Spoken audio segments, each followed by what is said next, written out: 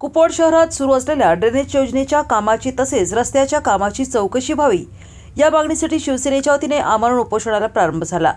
कुपवाड शहर आणि परिसरात ड्रेनेज योजनेचे काम सुरू आहे। सदरचे काम निकृष्ट दर्जाचे असल्याची तक्रार करूनही त्याकडे दुर्लक्ष केले जात आहे। तसेच बालाजीनगर ते वारणाली पर्यंतचा रस्ताही निकृष्ट पद्धतीने होत आहे। या कामांची चौकशी व्हावी यासाठी शिवसेनेचे शहर प्रमुख रुपेश मोकाशी यांनी लक्ष्मी मंदिर चौकात आमरण उपोषण सुरू केले आहे। या उपोषणाला विविध संघटनांच्या पदाधिकाऱ्यांनी पाठिंबा व्यक्त केला आहे।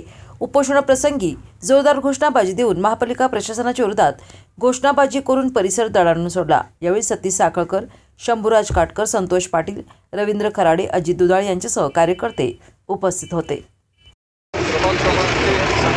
महापालिका अंतर्गत 263 कोटीची जी भुयारी गटार योजना चालू आहे त्या संदर्भात गेली 2 वर्ष सातत्यानं निकृष्ट कामाच्या बाबतीत आज प्रशासनाला निदर्शनास आणून दिलं होतं।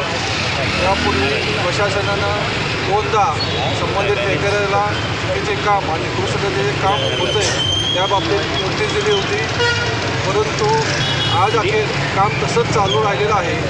आज या कामाची मुदत सप्टेंबर महिन्यात संपलेली आहे।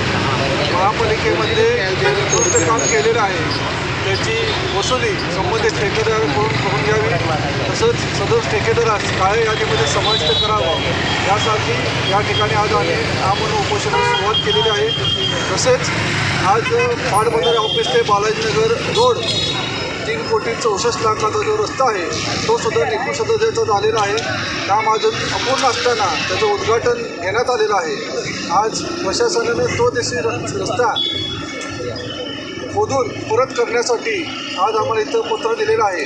संबंधित ठेकेदारावर सुद्धा काळ्या यादीमध्ये समाविष्ट करण्यासाठी आम्ही सर्वजण आज या ठिकाणी उपोषण करीत आहोत।